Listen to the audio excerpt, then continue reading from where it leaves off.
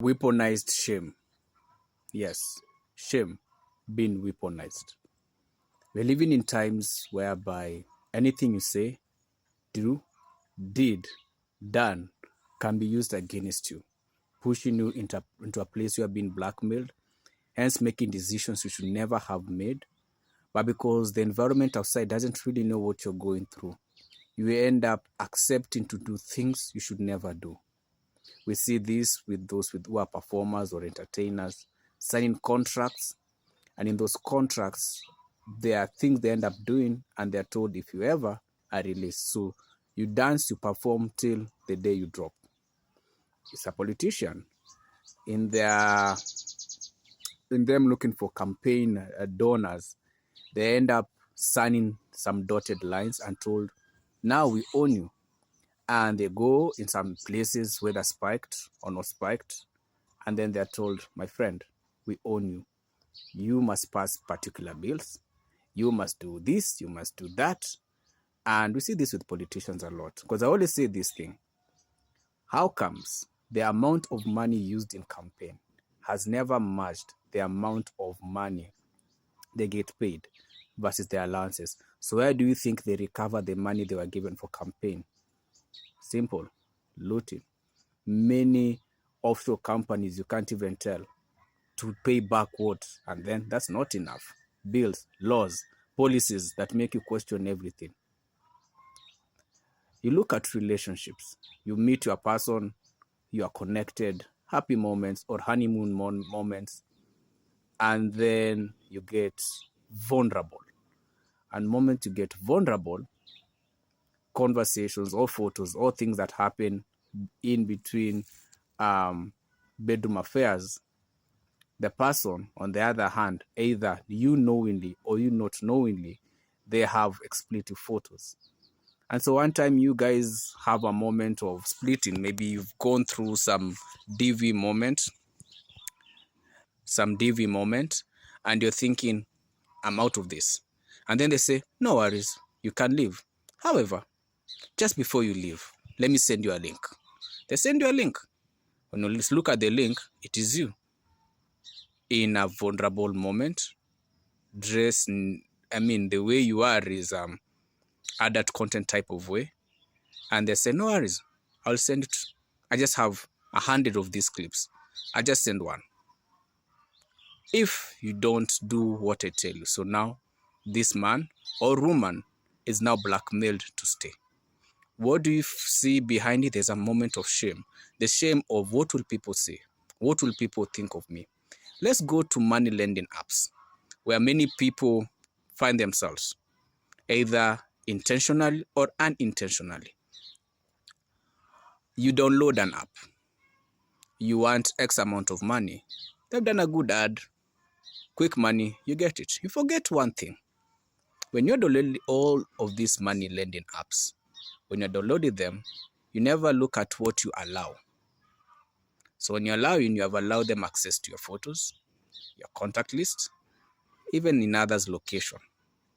That's kind of their security. You, without notice, some type of content is created through you, vis-a-vis it could be AI deepfake. Remember, they have access to your phone. You may not even have done anything, but they can create a deepfake. And then they say, if you don't pay by this time, we release this. Remember, they have your contact lists. So imagine, when you think they're bluffing, they start sending. Before someone realizes a deepfake or maybe it's real, the damage that has been done can never be undone. That's another way. You look at people going to parties and events. You're going having a good time. Someone spikes your drink. Or you're called to an event, a home. Let's even make it the most innocent of it all. Someone has fallen ill. They've gone to visit them at their home. What you don't know is that person has ulterior motives. You go, you're innocent. Next thing you know, stuff happens. Now you're told, if you ever say, I'm going to release this. So now you're in a situation where, but let's say they have CCTVs. The CCTV shows you intentionally, or so voluntarily got into their home. How do you get yourself out of that situation without now trying to claim that you are innocent. The other person can say, but you came. Look at the messages. You came. That manipulation game, and this can fall to anyone. Hence, they start telling you do what you need to do. I remember a case, a place I once worked, and it was information that was very sensitive at top level. And I was asked a question within a very sensitive question. So I answered. But the good thing is I was a bit sensitive. I was a bit careful. So the wording was very vague. It wasn't very clear. So it was like I'd put it in a way that I'd not given specifics. This information, the person I'm sending to was out of the country, sends this information into a group of where people had, someone had passed away. In that group, there were so many people because there were other WhatsApp groups from other people in other countries. So they were in this place. Now, in that screenshot she had taken, my name had been mentioned. So she had said, thanks, Norris. But it's what was in that information. This time this is happening, I'm clueless. Me, I'm at home, was preparing my favorite meal, happy me. That moment of saying thank you, stressless day. It was a stressful day, but now it's going to be a day me and my food and we enjoy. There I am with my avocado, I'm happy, I'm smiling, I'm seated down, and then I receive a call. I'd already prepared my meal. It was now get to the meal. And then I'm told, Norris, check your WhatsApp. I check my WhatsApp, I'm like, I see nothing. Then I see, wait, I see thanks, Norris. Then I look at the screenshot, look at the time, and I'm like, hold up. I'm like, I don't get it. What is it about? He tells me, go back again. I'll look at it, I'm like, oh, crap. By God's grace, I was very careful with my wording in that message. But anyway, it was in a group and it was a very sensitive thing. I receive a call, I'm told, next morning, you're supposed to meet your boss. I'm like, crap, man, this job is gone. So anyway, I prepare my resignation letter, put everything ready, and I go and we have the meeting. And eventually I ended up being moved to another area. I'm not sure if that was part of the reason. I will never know. And I really don't care. But that affected me. And then I remember reaching to the person, I'm telling them, why did you do this? Or like, oh, I'm sorry. I'm like, yeah, it's one mistake, but you screenshotted it and reply. And then, so, when you go to the WhatsApp, they delete for me and for everyone. She deleted for herself. So now information was there for good. And I was like, whatever, man. And I moved on. At the place I went, I succeeded, and eventually I left. So these are kind of the things people go through. And they get worse depending.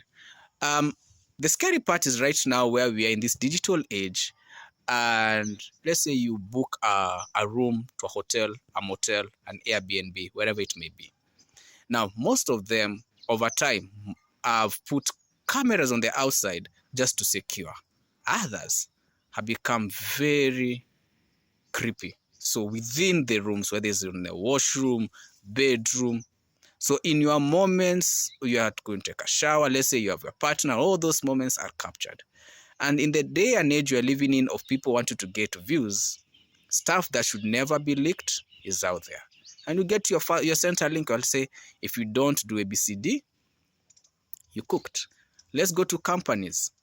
A hacker is able to find a vulnerability in the system, throws a bug, because someone within the company, they don't go to the top, they'll just choose one of the lower people in management, clicks a link, now the person has access to the whole company, and the company is told, hey, X amount of million, or imagine if people knew that you're this type of company supposed to secure data and it's this sensitive, we're going to release X amount comes. But there's one thing people keep forgetting. The moment you start getting exploited or blackmailed, the more you keep feeding into that, you're cooked. Anyone, anywhere can be a victim. These gadgets, these phones, these tablets, this laptop, they can be used, especially if you're in a Wi-Fi area. It's easy, very easy. Your camera can be put on, your speaker can be put on, and that's why if you're in your room or anything, put on your camera, put something to cover it or anything. Anyone can be vulnerable. If it happens, you're in a place where some things has been leaked, don't off yourself. Don't do anything crazy. Relax. Take a chill pill. And when you're in a very clear mind, deal with the issue. Look at if you need to bring in litigation. If not, suck it in. How long it will trend? Breathe in, breathe out, keep going. Remember, any one of us can be vulnerable. We just don't know when, where, how, and who. But if it happens, relax. Handle it as it comes.